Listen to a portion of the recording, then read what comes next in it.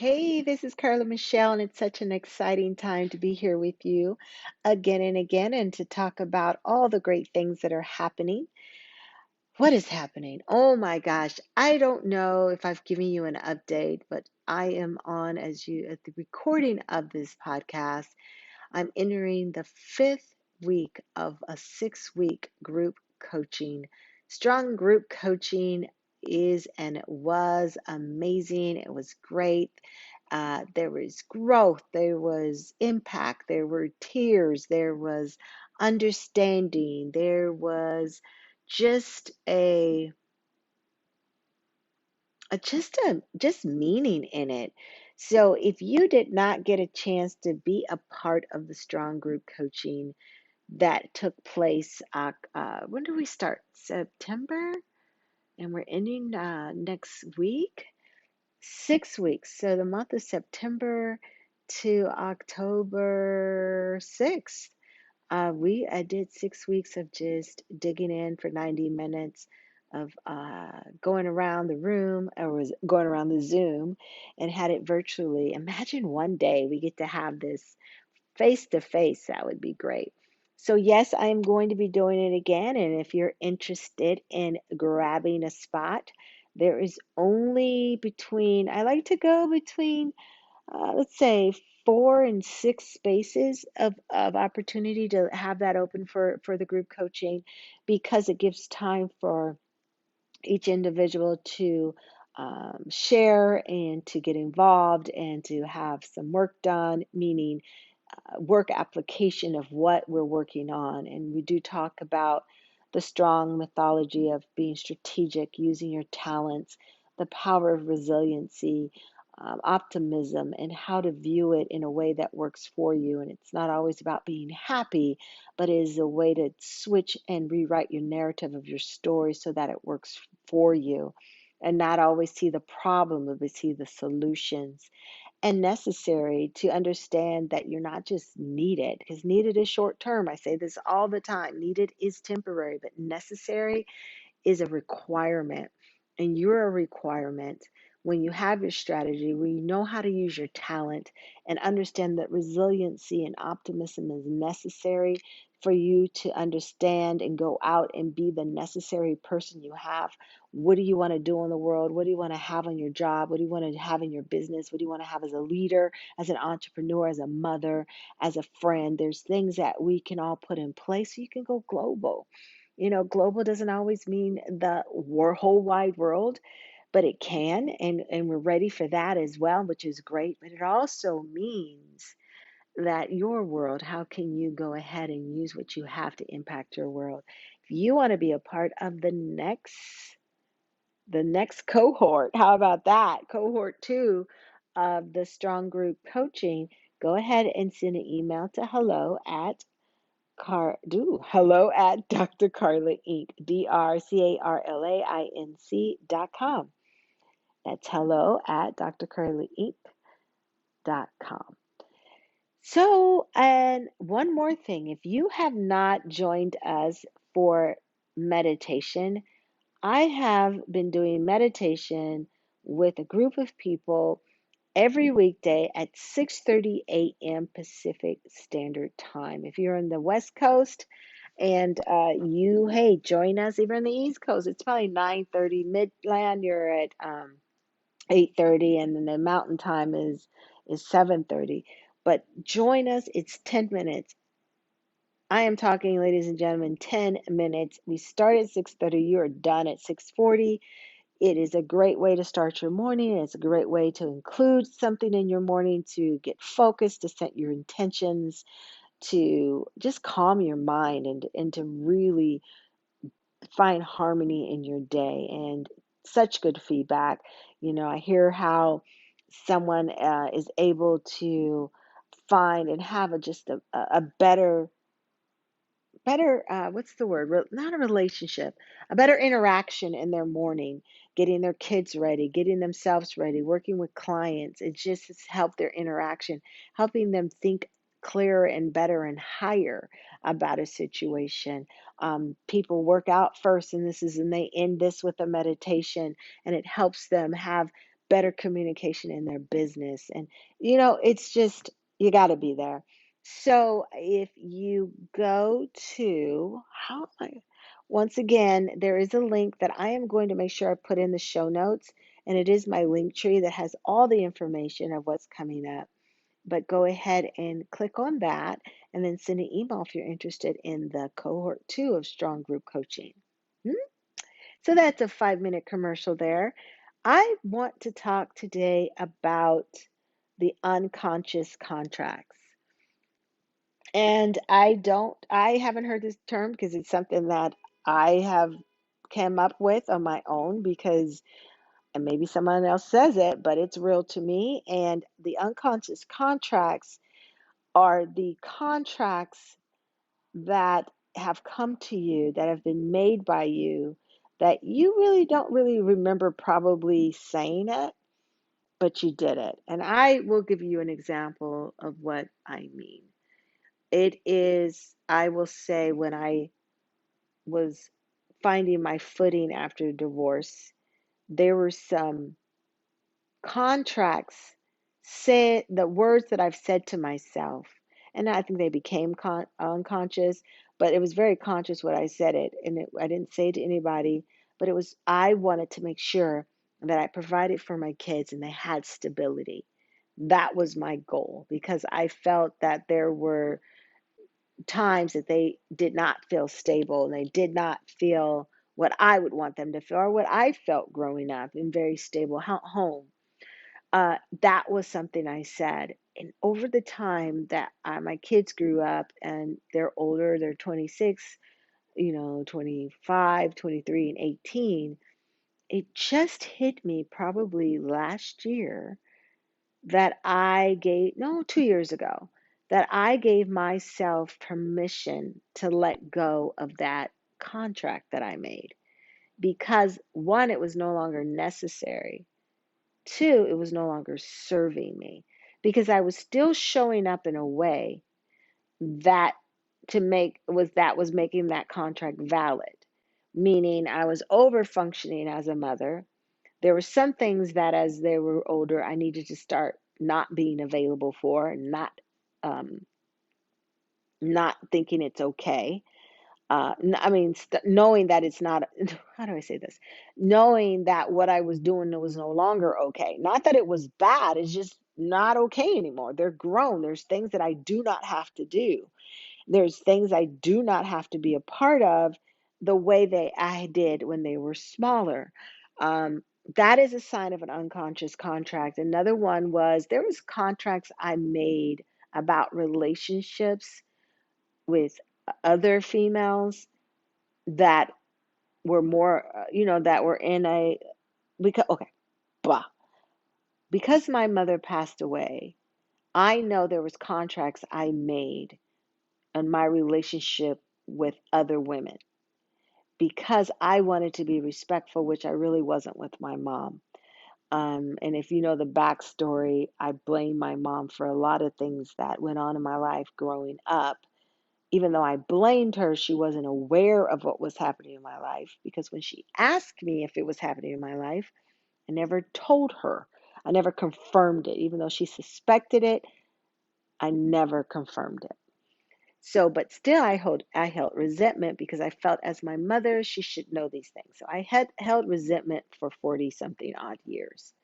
And when she passed, I I felt guilty. And in that guilt, I made these contracts. I didn't really know. This is why this one is truly unconscious. I didn't know, but it was my guilt that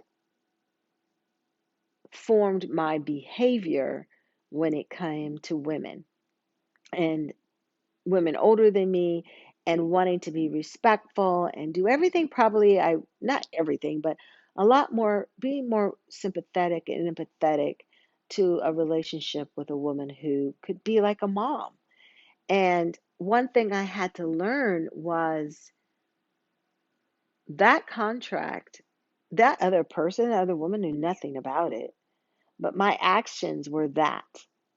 And to understand that that contract no longer served me anymore because it wasn't healthy for me, that I had to understand that it was okay to let that contract, that promise I gave to myself, that guilt that drove me to make this commitment that doesn't serve me, I had to let it go. And I had to just forgive myself. I had to forgive myself in this situation. The first one is I had to like fire myself. And this one, I had to forgive myself for showing up in a way that wasn't required. My mother is not here. My mother is not here, and there was no one that could take that place. And yet, I was trying to put people in that place that they never asked to be in. And that was an unconscious contract where I wrote a letter and I released them. I dated it. I released myself, not even them. I released myself from the guilt. I released myself from my focus on redemption, self redemption. And I also released the hurt that I felt from the women for not kind of receiving me. And no, did they know about that? No, but it speaks a lot to, I should have seen signs of things that were not healthy. I should have seen signs and just gone on and lived a life. And now I do. So that is when you think about the unconscious contracts, I want to ask you, what unconscious contracts have you possibly made in your life? What have you done unknowingly? What have you committed to? What have you said uh, yes to? No one else knows it. It's not like you've made a big deal out of it, but you could say, "I'm never going to trust a man." Now, maybe we say that more out of our mouths, but there's some of us who have really made a contract to say we'll never trust a man again, and then we wonder why we never trust men. That would be a great thing for you to sit down and dissolve that contract, release yourself from that contract. And you take a piece of paper and you write down, I no longer stand by this rule to not trust man. I release myself from this day forward, and I give space and opportunity to the men in my life that are good and that are worthy of my trust and my kindness, and sign it and date it. And I didn't burn mine, but some people need to burn. It depends on where it is, where you are with it. Is it really you want it dissolved? And do you feel that act is part of the dissolvement? I believe I hung on to mine because to read it, it was just so, wow, I couldn't believe I was holding on to this for, oh, wow, 17 years. 17 years of an unconscious contract was ruling my life. So, gentlemen who are listening to this, what contracts have you made that are just no longer valid, no longer serving you? Some of us do it with our jobs, some of us do it with relationships, some of us do it with how we present ourselves, that we're going to do this and we're going to be this way, and it's not really you. When are you going to be able just to be you and not have these unconscious contracts ruling you? I'm doing a series and I will probably do the podcast on it. But if you follow me on Instagram at MS Carla Michelle, Miss Carla Michelle, MS Carla Michelle, um, I'm talking about self sabotaging. And some of the self sabotaging, like a is described in positiveintelligence.com. They have an assessment that's free and it's great if you take it. Such it can be insightful for you. But what I like to use that assessment is with my clients to find out how their mindset is working against them. And one of them is there's a few I think of, the hypervigilant. And the hypervigilant person is one who has been traumatized, and what they have told themselves is that they'll never be caught off guard again. They'll never be caught slipping. And so those are the contracts that they've made. And the other, you think of a stickler. A stickler is someone who is very critical and sticks to the rules and basically is never wrong. They'll do someone else's work because they just don't want to look bad, and they can't necessarily take criticism, but they give criticism. They have very thin skin, but a very thick tongue. And but these are that they've made some kind of contract with themselves unknowingly, most of them, that they will protect themselves from getting hurt. So they give out what they've received, which is criticism, probably growing up. And so now they know, instead of feeling critical or less than, they make everybody else feel that way, and it's messing up their relationships, it's messing up their home, if they have a relationship, because a lot of the sticklers are, um, can end up being by themselves. So it serves a purpose if you're ready to go ahead and release yourself from that unconscious contract of protection that's not necessary. One of the examples I give on Instagram is holding on, getting rope burns. That, have you ever held on to a rope so tight in tug of war that your hand, it starts burning because there's something trying to pull it out of your hand, and you're holding on and pulling back and use everything that you can to keep it. And that's how it is when it hurts you more than helps you, unless you've got someone else pulling with you, and when it comes to the tug of war. But what I'm saying is the burn of the rope when you need to let it go. And many of us are walking around with rope burns on our hands of things because we don't let go of things that are not necessary, that are not serving us. So, in that, as we talk about unconscious contracts, I really want you to take a minute, like right after you're listening to this, if you're driving, let there be some silence. If you're sitting in your room or you're at your desk, just take a minute, just kind of log off and take a minute and think about the unconscious contracts that you've made when it comes to work, how you lead, how you collaborate, how you personally, how you relate to people, how you relate to your parents, how you relate to your loved one, how you relate to a significant other, your children, personally, how you relate to yourself, things you say you'd never do, and the things that may now serve you better because you could do them and should do them, relationships that you need to let go of and allow to breathe and to grow on their own. What are those unconscious contracts, especially the ones that are bred by guilt? Guilt, I can speak from that when it comes to raising children and you're divorced, and the guilt that you let drive to make these contracts of being everything to your child, and not allowing them to be a child, because you don't want them to hurt like you hurt.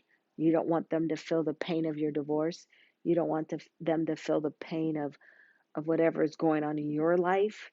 So you've made these unconscious contracts to keep them afloat while you're drowning. So take a minute, use your phone notes or a piece of paper, and go ahead and write down what your unconscious contracts look like.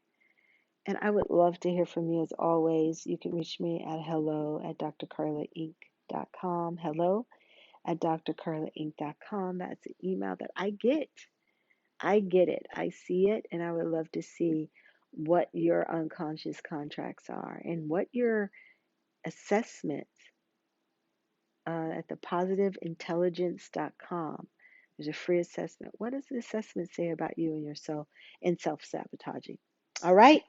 This is Carla Michelle, as always, of drcarlainc.com. I love this time with you, and I thank you for always tuning in and pushing play. If you're an iTunes listener and an Apple Podcast listener, this is your opportunity to rate this podcast. Subscribe and rate, and tell a friend, and go ahead, because the higher rating, the higher we are in that, they're seeing us and we want to count. Well, I count. I feel I count, but they need to know we count. All right. Take care, and I will see you next time.